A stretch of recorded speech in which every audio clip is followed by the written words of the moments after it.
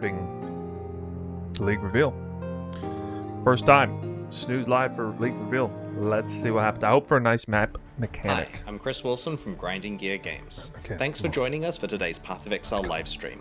We have a packed show today, with announcements for Path of Exile 2, as well as the exclusive unveiling of Path of Exile Affliction, which launches on December 8th on PC and Mac, and on December 13th on console. Each of these classes feels extremely different to play, but we want to go even further. It's time to check out the Mercenary. Mercenary, what? There's not a job out there I won't take, so long as the pay's good and a crossbow can solve it. A Demon Hunter of Diablo 3. Yep, you got a crossbow. Rapid fire crossbow. Now, another thing that oil can do is be set on fire. Any burning enemy or explosion will ignite the oil, causing extra burning damage. Really cool concept. One of the problems with burst shot crossbows is that each pellet doesn't do much damage individually. This means that if enemies have armor, then it will be very effective preventing that damage. But the other really useful feature is that when the crossbow is heated up, it adds extra fire damage to any grenade that you launch. They're devoting a lot of time to this. I'm a little bit surprised how much time they're devoting to this character. This isn't even the same game. It's not even the same game. Yeah, this is starting to get a little bit meme-worthy here. Why are they spending so much time on PoE 2 Showcase? Now, remember that burst shot combo with frozen enemies we did earlier? That works with ice walls too. Let's put burst shot back on. More. Now I can fill up this area with ice walls, then shoot them with armor-piercing burst shot for a huge amount of damage. It's all interesting, it's all cool. I mean, you know that only one out of the 20 different things he's showing is going to be meta though, right? It's going to be one button. That's the Mercenary. It feels totally different than anything we've made before, and shows you the range of what's possible in Path of Exile 2. Okay. Very cool, but way too long for a PoE 1 League reveal. Alright, let's get on to the real game. Beware the spirits that yearn for freedom. A new NPC. And the heart of evil that waits in the dark.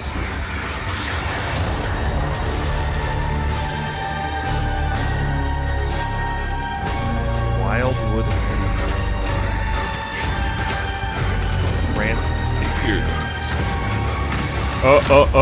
what? Ready yourself. I will be waiting. And the crowd goes wild.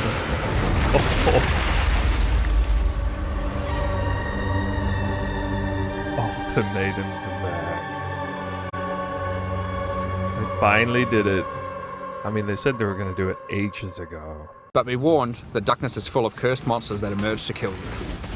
So this is like an in-map mechanic. As you explore, you might see other types of wisps trapped inside the darkness. The Wildwood is trying to guide you towards clues about its affliction. Follow the trails of wisps by collecting them, and you may uncover many different secrets. New characters to find, shrines, boss battles, and all kinds of new encounters are lurking in the forest just waiting for you to discover them. There are many rewards to earn for those brave enough to seek them. Any other types of wisps you have collected will return with you to Rayclast. These wisps, having been saved from the Affliction, disperse into the environment and inhabit randomly chosen monsters in the area, increasing their power and also their rewards. The different types of wisps have different effects on monsters, and sometimes more than one type will inhabit a single monster, making the fight even harder and even more rewarding. If this happens to a boss, you could be in for a tough fight, but if you can overcome it, your efforts will not be in vain. Guys, we got an in-map mechanic. Primal Wisps grant an item rarity bonus to inhabited monsters. Wild Wisps grant an item quantity bonus, and Vivid Wisps cause them to drop currency items. If a monster gets all three types, they'll drop more items of a higher rarity and a lot of currency. Wow. One powerful ability you can choose is Blood Hunt, which grants an active skill called Ravenous. Did I just literally say This skill quantity lets you see of what items? type a monster is under its life bar, whether it is a demon, beast, undead, construct, or humanoid. I swear I just saw increased Consuming quantity a of corpse item with this drops. skill gives a buff to damage against that type of monster, and reduces damage taken by it. You can only have one type active at a time, so it's a good idea to choose wisely for the area that you are in. As a Warden of the Magi gains more ascendancy points, they gain access to more The skills that let ascendancy's them on the further right side. specialize in tinctures. For You example, can see the arrow. Nature's Concoction Top right. allows you to invest in having your tinctures enhance your flasks. This ascendancy skill makes it important to think about which slots your tinctures are placed in, and what flasks they are adjacent to. You will have better uptime on those flasks, and unlike the other new ascendancies, the Primal Huntress lets you customize your tree.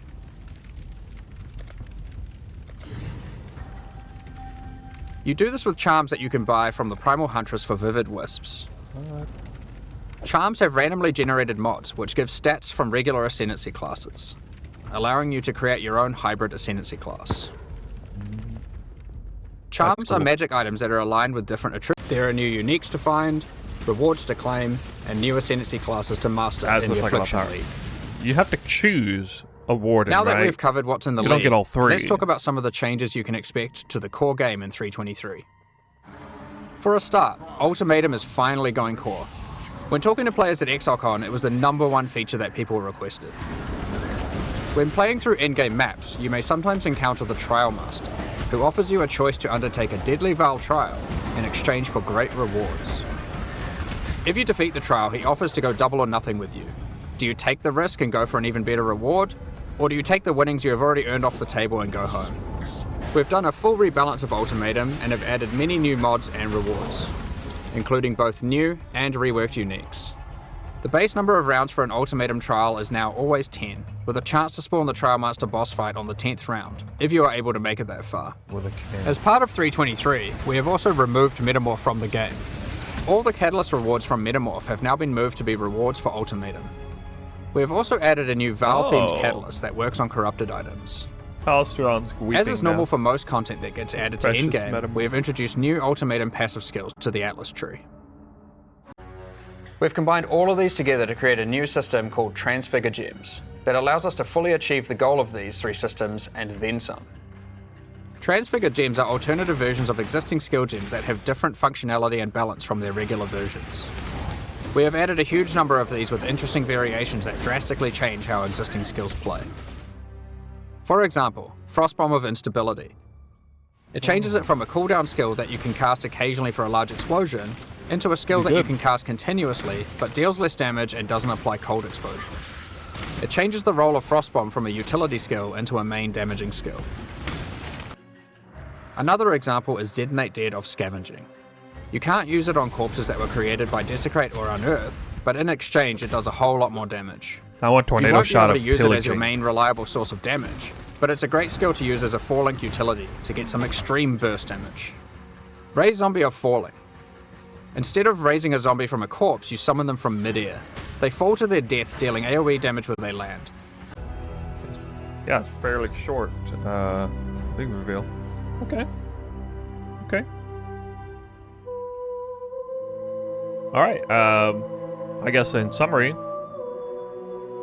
potentially a match-find league, potentially major meta shifting stuff. It looks like all buffs from this angle, but you know what's coming out the other side with the patch notes. Brace yourselves. Brace yourselves.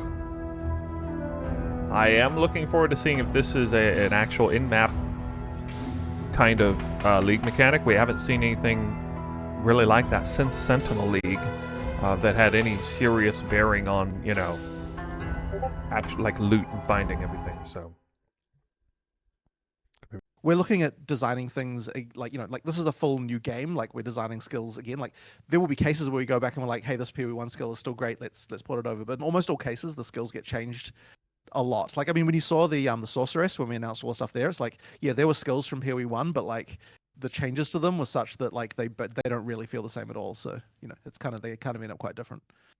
like, you can use it anywhere. And one thing Am we I seeing definitely this right? try to It's do is actually make like sure 50% that of the league there are reveal is devoted to keywords PoE2 that are in usable terms of between time. the classes to make sure, like, even if we don't know exactly 50%. how that'll be useful, like that they can lead to things At that can be least. interesting. That's So, if for they stop example, on talking the about it crossbow right there, we now had and armor switch over to break being PoE1. which is a skill we showed on the Ziggity warrior. really needs to take because control of Thunder this gets, combo and switch it always over to crit PoE1 here. and higher crit damage. if the target's armor if the broken. target's armor broken. So His chat must be when we showed the warrior, you have to screaming use it armor right break, now. which It is, I must guess, be. kind of heavy strike-esque. Yeah. Right in the face to break the armor. But now I'll just do it from a distance Less and then Sunder from a PoE2, more distance. PoE1. I and- mean, So yeah, you there's a potential build there, for sure. We've got the weapons swapping and the tree swapping and stuff. I Yeah, hope we it see some works. hybrid melee ranged. It's a Yeah, great it can happen. playstyle. It Yeah. can happen.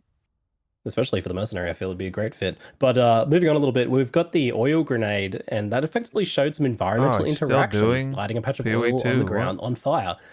Is that something you might expand to with other skills, enemy abilities, or even like combat areas? Like, here's an oil barrel, you can light that on fire or something.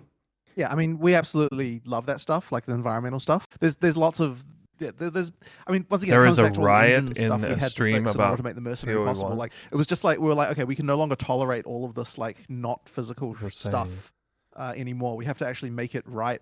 So yeah, there was a big lot of changes required. Yeah, and it look makes at just everything this. feel a lot more realistic and kind of grounded, which is good.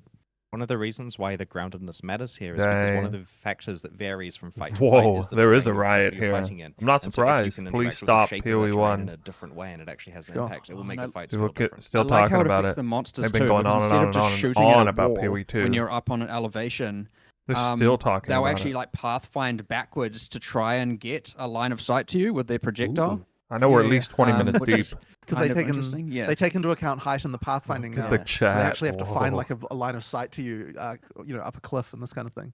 Like there's some Oh, pretty they're interesting so things. mad. Wow, very cool. So for demonstrations and things like demos and stuff, you're obviously going to be showing off as many different abilities and combos and stuff like that as possible, like more than you typically have on an actual character. But I'm curious then, kind of what are your expectations or hopes for PoE2 in terms of how many skills and combos a well-refined character build is going to be running at endgame? I mean, I personally believe that you should have probably 2 to 3. He's still asking about PoE2. 2 is going to be very common. I think 3 will be pretty common as well in terms of like core combos for your character. And 2 because you'd have to move the You mouse to the guys other side not of the have character to kind of be able PoE2. to do that. Or else dodge roll, which takes a bit That's longer. pretty So funny. there are like a few cases there where it's like You guys not have like you get a bit more PoE2? control there, but Chris is it's pissed. fine. Yeah, ultimately, there's not a lot you need to change balance-wise. Right. Well, All pretty much right. nothing. All right, So here will it we is. be seeing a bit more for from PoE2 between now and the beta then? Of course, well, I mean, at the very least, there'll be, the next league live stream and everything. We'll definitely want to have some stuff to show then. But as we get towards the beta, we're going to be showing a heck of a lot more. And I also want to make sure that we get, like, I want to do a deep dive like this for every character class, so that we can sort of see, like, what to expect. And I think a good thing. So I want to have one of those for all the classes, if we can. Yeah. Great. And you have a lot of classes now, the deep dive, so that's a lot of content. Yes, we have a lot of classes Great. now. All right, so moving on to Path of Exile 1 and Affliction first. So 30 Affliction minutes, looks guys. like you're kind of walking through a 30 carpet of minutes. cockroaches with a candle to scare them off. Do you guys ever worry when you design a league mechanic like this that you're going to be just scared? Let's see how long its off, it's gonna actual live melt out stream because is. of that? Remember, 30 minutes were devoted to PoE2. No, it is a horror game, and there's a lot of horror in there already. We've had a few examples though, like just to give a small anecdote Stupid of question. They said the people there are was, so I think mad. it was the last The chat is maybe the so current, the mad. mystery box that has the spider portal in it. Mhm. We actually had people like specifically go, Just to make sure that you get the most, what do you call it, equity, of the drop equity or So it's whatever like out Delirium of here. doing it. So, A little like Delirium where the mirror would spawn. exactly, it is exactly like that. Yeah. Yep. Yeah. Great. Oh, you Ah, guys cute. have thought of it. We've done this for a while now. I guess. We've got- Some experience. Yeah.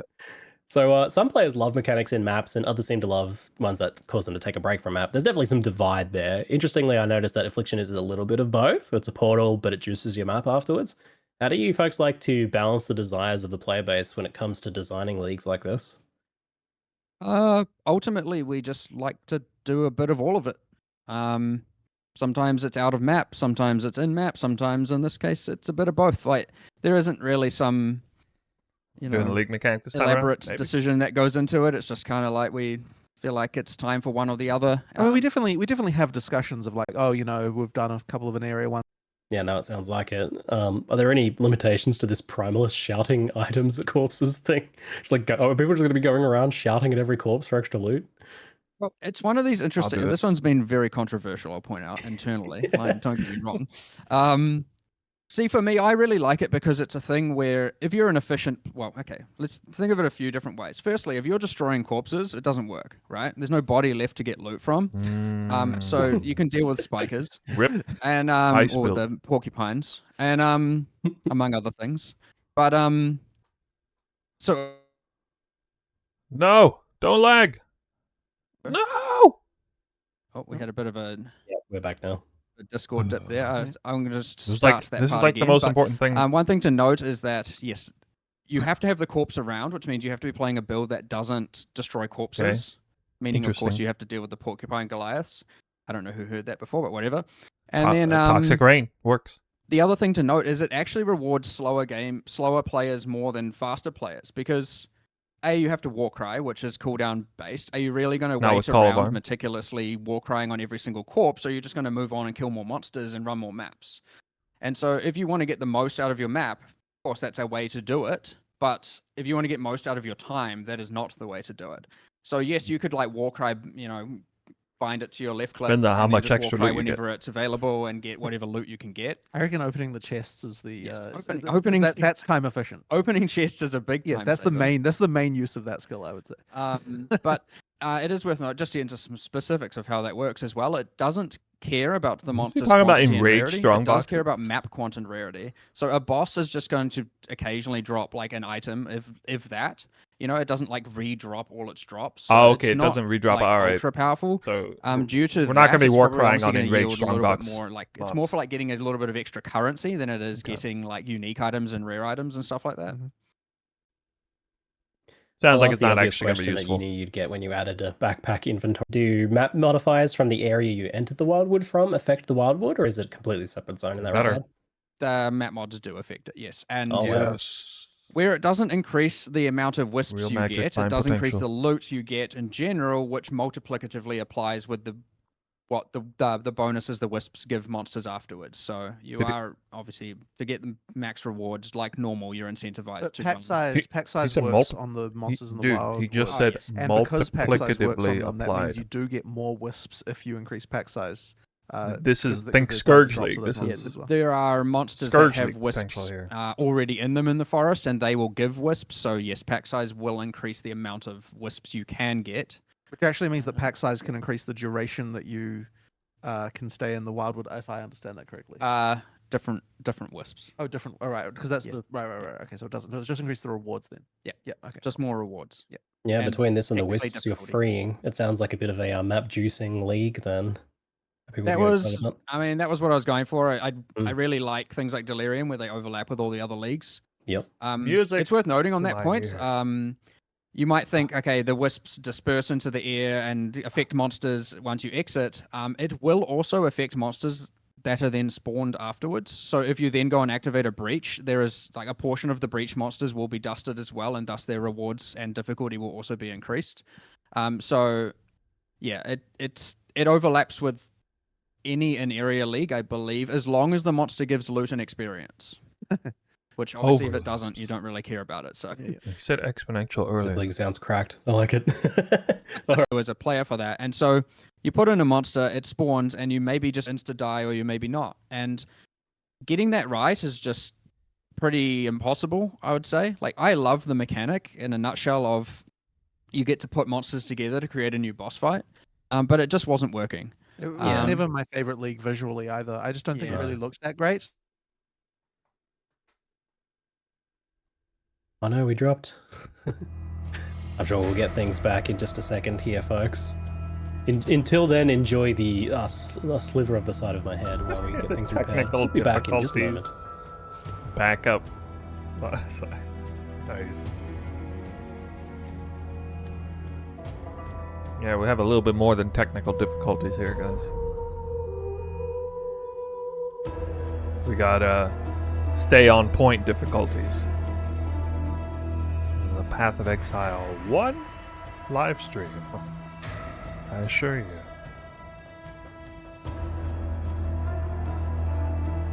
D4 players tossing GGG. Yeah, probably. Chris throwing Marking John out the room.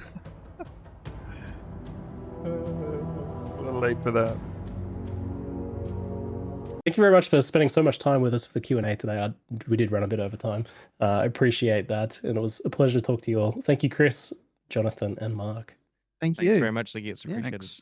Well, it's Thank great you. to talk to you. And I Righty. hope to see some epically crazy builds on release day. Yeah, awesome stuff. Wildwood. Thanks very much for watching, folks. All right, awesome. Thanks.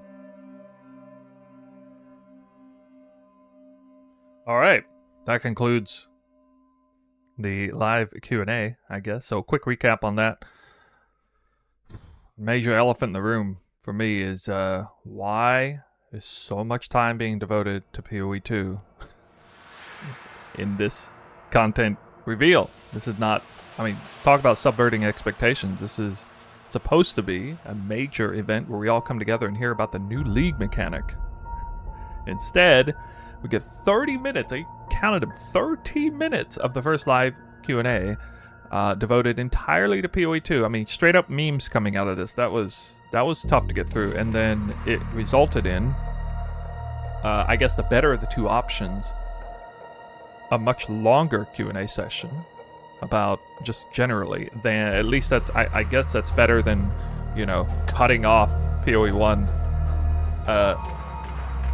Q&A for the sake of putting more PoE 2 content in. But anyway, yeah, a little disappointed in the handling of the Q&A, mainly on account of just way too much time devoted to PoE 2. That's not what people came here for. If you're gonna post a bunch of PoE 2 content, do a separate content reveal. Make a separate stream. Make a whole separate thing. That's not what the people came for. So I don't mind a few little morsels of information, you know, but anything less than 90-10 is bad. And basically, I feel like it was almost 50-50. PoE 2, PoE 1. That's horrible, in my opinion. So I don't criticize GGG a whole lot. I'm not known for that, but that's some pretty serious criticism on my part. I think that was terribly formatted and how they handled that. So anyway, hope they do better on that in the long run. We're going to move into the patch notes. One more thing about the live Q&A. The one thing I do appreciate is talk about like getting the dev understanding the mentality of like why they removed Metamorph. Talking about balance changes in the context of new gems, kind of get a better understanding about that as opposed to just like nerfing a bunch of stuff. I don't know, we're going to see in the patch notes, but I mean, those are like the only two major good things that came out of the Q&A. And I just sat through that thing for like an hour and 10 minutes. And that's like the only two major things I remember. Also, Mark did say, I heard the word multiplicative and loot in the same sentence when it came to describing Affliction League's in-game mechanics, so that was obviously very exciting. But aside from those few things, yeah. Alright, we're gonna get into the patch notes. Leave that music on, it's nice. Alright, here we go. Let's see what we got in store. I'm just gonna kind of skim through the things I don't really care about. Alright, so the content reveal was in large part about PoE 2. The live Q&A was in large part about PoE 2. I swear to God, if I see PoE 2 information in the literal patch notes, I'm going to flip out. Anyway, Affliction League, here we go. I'm gonna take a look here. We got Affliction League, new content, Ultimatum, Metamorph, the League Atlas, Transfigured Gem, skill changes. Okay, good. Ruthless specific changes. Oh God. Got monster balance. Uh-oh. Defiance of Destiny still alive. Nice. Ash is nerfed? Oh no. Ultimatum changes. Okay. Oh, 5 new experimenter base types. Okay, we're gonna get to see some of that stuff.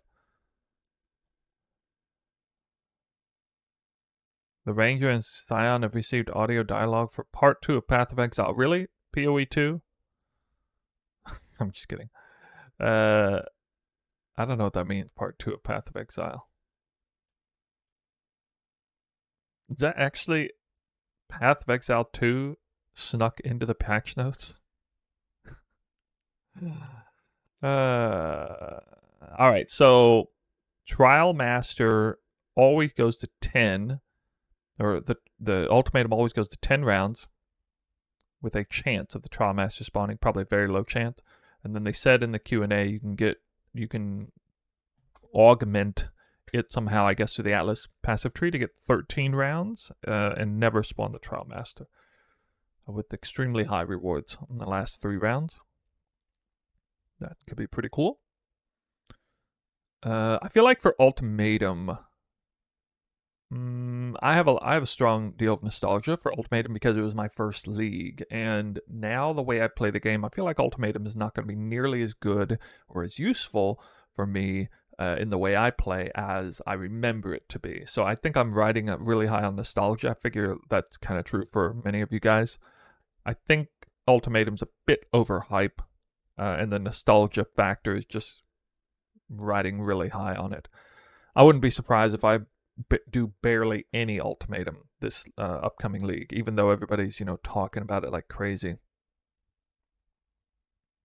But anyway, we'll see. Following maps have been added back to the Atlas. Burial Chambers. It is indeed here. Okay, so we're going to be farming the Fortunate and the Doctor card, but a lot of people are going to be doing it. So many people that maybe it's not even that good to do. Jungle Valley back in. All right, one of my favorite maps there. That's really exciting.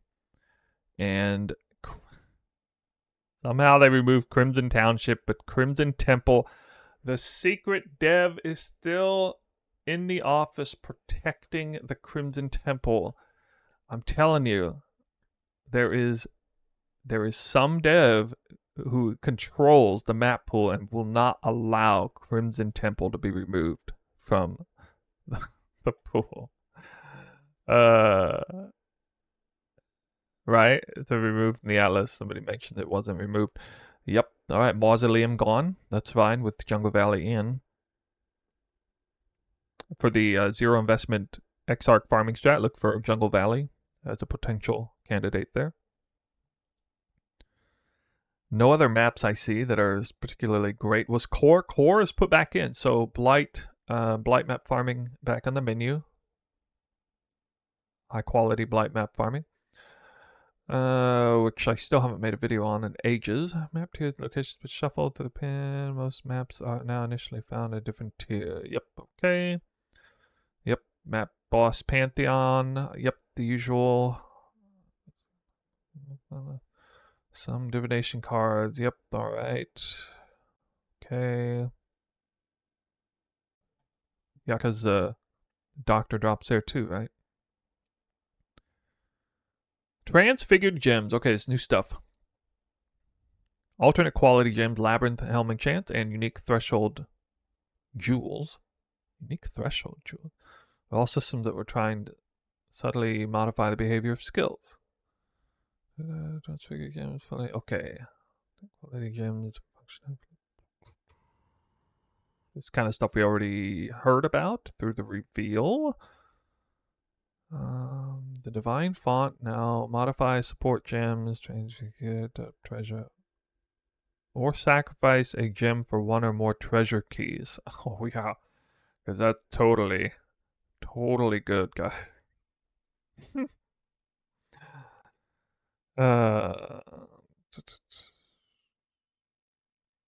Substantial amount of damage dealing skills have had their quality stats buffed. In most cases, they will provide significantly more power. They will be significantly more powerful than before and more interesting. Vendor recipe turning level 20 gem 20% quality one no longer works with skill gems. As a benefit, quality provides to damage dealing skills is now more powerful. Can only be used with non-awakened support gems. Okay. Interesting. Anomalous diversion quality games been removed from the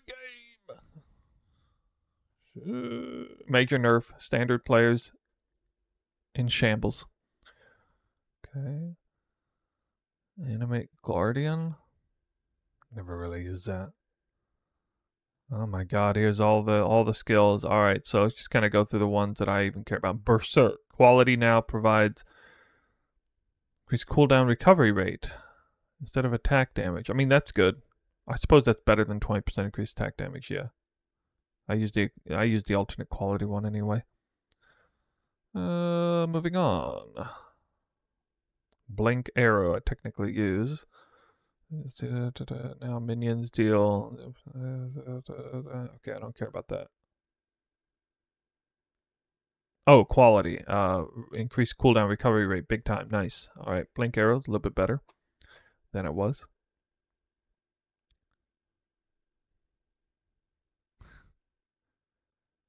Really, they nerfed burning arrow. Why?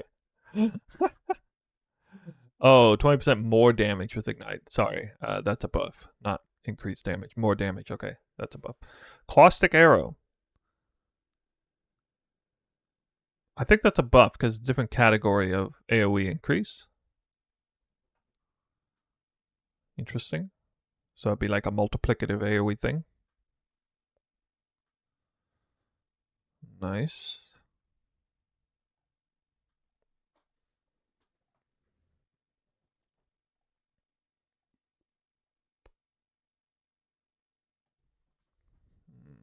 Enduring Cry. Quality provides 40% increased cooldown recovery rate. Damn. That's big, man. That's actually big. If we get a call to arms thing going on.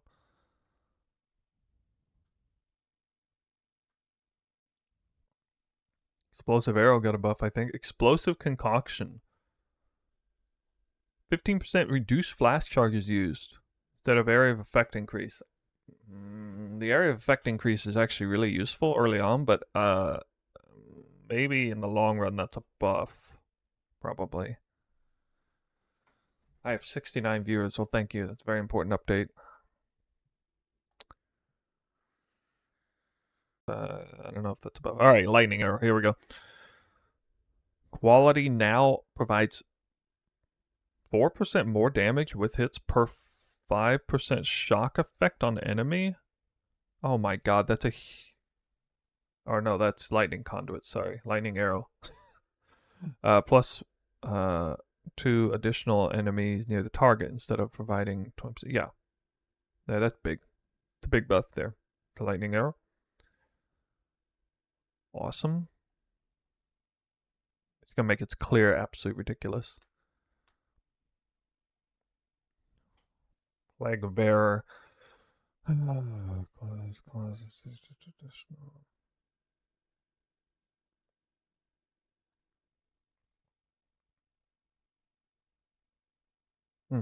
Poison concoction. 20% chance to inflict wither. So again, they're taking the best alternate quality. And you know, this is actually a nerfed Pathfinder. Poison concoction, but a buff for everyone else.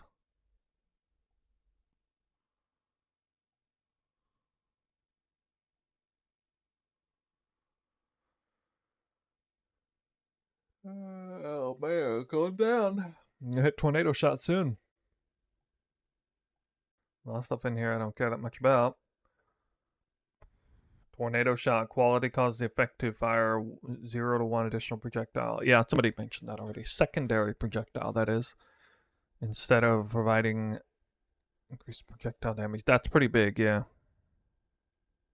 Yeah, additional secondary projectiles are a pretty big deal. I suppose they still don't work with chain. Toxic Rain. Now provides 20%, 0.2 seconds to base duration instead of area of effect. That's good. That'll be multiplicative with I think that's multiplicative with other forms of increased duration. That is definitely better than the increased AoE overall. So Toxic Rain, a little bit of a buff there. Well, so far I'm only seeing buffs in the balance changes.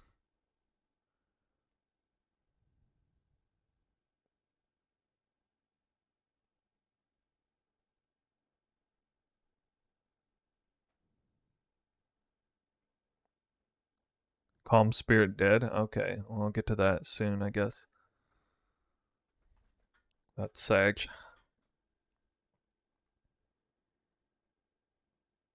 Val Lightning Arrow.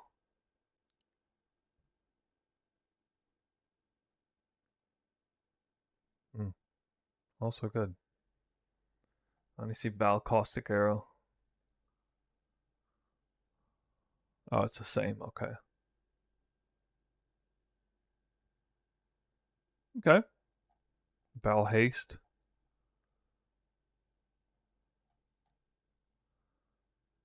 Wait, did I miss like haste and all that stuff earlier?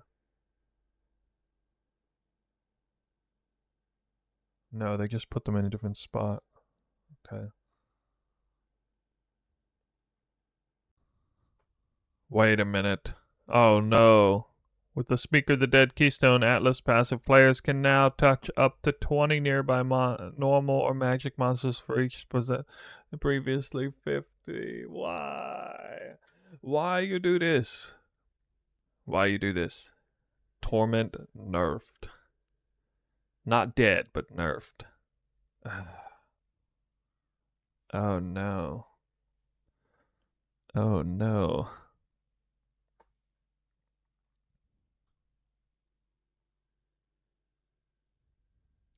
Alright, somebody said Ashley's got nerfed to the ground. Let's see here. Ashes of Stars no longer provide 10-20% reservation efficiency. Existing. Yeah, because you're totally going to want to update that with a Divine Orb, right? And a momentary lapsing judgment. Funny, guys.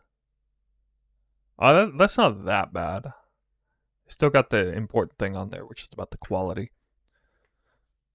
Each shiver wrecked. Each shiver got nerfed. Okay, cool. I don't even use a helmet, so I don't care personally. Fight against frozen enemies. Previously 100%. Existing items can be made worse with a Divine Orb. Yes.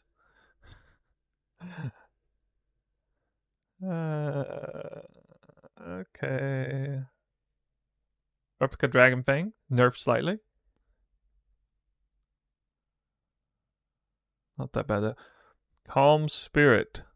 Gloves. Now we generate 1 rage for every 300. Previously 1 for 100. Okay. Only a third of the effectiveness. Alright. Yeah. That hurts. I'll have to think about. I'll have to dwell on that one to see if Calm Spirit is still worth using in the league start. Probably is. But I'll definitely be thinking a little more on that one. I don't think it's going to affect Berserk uptime all that much, but it will definitely impact the overall movement speed and overall speed of the character.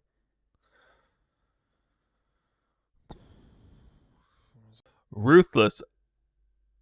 I like how you have to show them. They have it automatically on hide.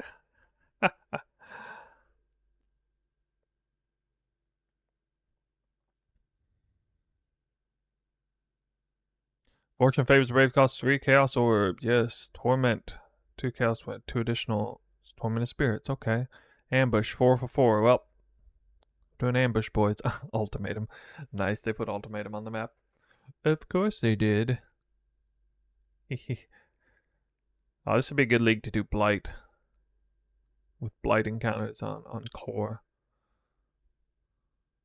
To do a video on blight farming, map farming. Alright, so I guess this is part 3 of the highlight. So now I've seen the patch notes. Might have missed something, but the major thing was the unique balance. Biggest thing we hit hard on is Calm Spirit. Now only a third of the effectiveness of the regen. That definitely hurts and does impact how I plan to do my league starter potentially. My league starter was intending to use Calm Spirit, with Vol's vision, I may or may not still do that. I'll have to think about it. But yeah, that's a thing. Calm Spirit nerfed really hard.